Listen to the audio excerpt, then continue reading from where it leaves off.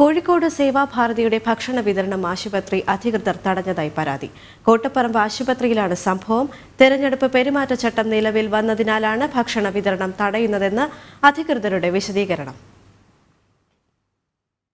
കഴിഞ്ഞ 18 വർഷമായി സേവാഭാരതി തുടർച്ചയായിട്ട് ഈ കോട്ടപ്പറമ്പ് കുട്ടികളുടെയും സ്ത്രീകളുടെയും ആശുപത്രിയിൽ തുടർച്ചയായിട്ട് കഞ്ഞി കൊടുത്തുകൊണ്ടിരിക്കുന്നത്.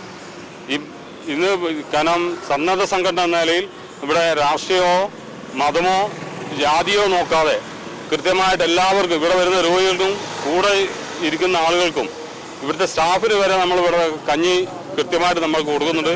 ഈ കോവിഡ് കാലത്ത് പോലും ഒരു ദിവസം പോലും മുടങ്ങാതെ നമ്മൾ കഞ്ഞി കൊടുത്തുകൊണ്ടിരുന്നതാണ്. ഇന്നിപ്പോൾ അകാരണമായി ഇവിടെ രാവിലെ കഞ്ഞി വെക്കാൻ വന്നപ്പോൾ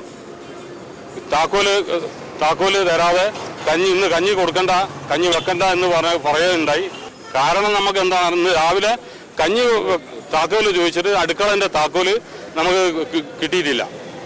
കൊടുക്കേണ്ടതാണ് നമ്മൾ കൃത്യമായ 2000 നമ്മൾ കൃത്യമായ ഓർഡർ പ്രകാരം ഈ അന്ന് ആര്യാട് മുഹമ്മദ് സാറ് ഉള്ള സമയത്ത്, ആരോഗ്യമന്ത്രി ആവുന്ന സമയത്ത് കലക്ടറുടെയും വിവിധ സന്നദ്ധ സംഘടനകളുടെയും രാഷ്ട്രീയ പാർട്ടികളുടെയും നേതൃത്വത്തിൽ യോഗം കൂടി എടുത്ത തീരുമാനമാണ് സേവാഭാരതി കോട്ടപ്പറമ്പ് ആശുപത്രിയിൽ കഞ്ഞി കൊടുക്കാൻ നിങ്ങൾ തയ്യാറാവണം എന്ന് പറഞ്ഞുകൊണ്ട് നമുക്ക് ലെറ്റർ തന്നിരിക്കുകയാണ്.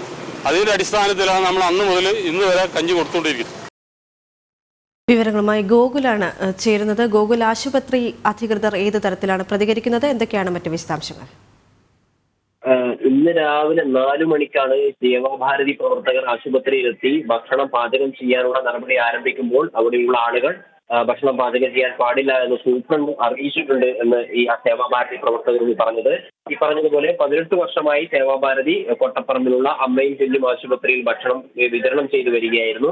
ഏത് സാഹചര്യത്തിലാണ് ഇത്തരത്തിൽ സൂപ്രണ്ട് പറഞ്ഞത് എന്നതിനെപ്പറ്റി സേവാഭാരതി പ്രവർത്തകരോട് ചോദിക്കുന്ന സമയത്ത് സേവാഭാരതി എന്ന് പറയുന്നത് BJPയുടെ പരിവാർ സംഘടനയാണ് എന്ന രീതിയിൽ ഒരു പരാതി ലഭിച്ചിട്ടുണ്ടെന്നും ആ പരാതിയുടെ അടിസ്ഥാനത്തിലാണ് ഇത്തരത്തിലൊരു നടപടി സ്വീകരിക്കുന്നതെന്നാണ് ആശുപത്രി അധികൃതർ അനൌദ്യോഗികമായി അറിയിച്ചിട്ടുള്ളത്. എന്നാൽ ഇത് സംബന്ധിച്ച ഉത്തരവൊന്നും സേവാഭാരതി പ്രവർത്തകർക്ക് നൽകാൻ ആരും തയ്യാറായിട്ടില്ല. ഇന്ന് 10:30-ക്ക് ശേഷം സേവാഭാരതി പ്രവർത്തകരുമായിട്ട് സൂപ്രണ്ട് ചർച്ച നടത്താം എന്ന് അറിയിച്ചിരിക്കുകയാണ്. ഈ ചർച്ചയിൽ തീരുമാനമുണ്ടാകുമെന്നും തങ്ങളുടെ ഭക്ഷണ വിതരണം സാധാരണഗതിയിൽ തുടരാൻ സാധിക്കുമെന്ന ഒരു ആശ്വാസം സേവാഭാരതി പ്രവർത്തകർ ഇതിനു ശേഷം നമ്മളോട് പങ്കുവെക്കുന്ന ഒരു സാഹചര്യം ഉണ്ടായിട്ടുണ്ട്. സേവാഭാരതി എന്ന രാഷ്ട്രീയ പാർട്ടിയുടെ സംഘടനയല്ല, സന്നദ്ധ സംഘടനയാണ്, സ്വതന്ത്രമായി പ്രവർത്തിക്കുന്ന സന്നദ്ധ സംഘടനയാണ് എന്ന് സേവാഭാരതി പ്രവർത്തകർ പറയുന്നു. BJPയുമായിട്ട് തങ്ങൾക്ക് ബന്ധമില്ല എന്ന് അവർ ആവർത്തിച്ച് പറയുന്നു. 2006-ലായിരുന്നു അന്നത്തെ ഊർജ്ജ വകുപ്പ് മന്ത്രിയായിരുന്ന ആര്യാടൻ മുഹമ്മദും അന്നത്തെ DMOയും ADM ഉൾപ്പെടെയുള്ള ആളുകൾ ചർച്ച നടത്തുകയും സേവാഭാരതി ഉൾപ്പെടെയുള്ള സന്നദ്ധ സംഘടനകൾക്ക് കേന്ദ്രീകരിച്ച് അല്ലെങ്കിൽ കോഴിക്കോട് ജില്ലയിലെ വിവിധ ആശുപത്രിയിൽ ഇത്തരത്തിലുള്ള ഭക്ഷണ വിതരണത്തിന് അനുമതി നൽകുന്ന ഒരു സാഹചര്യം ഉണ്ടായിരുന്നു.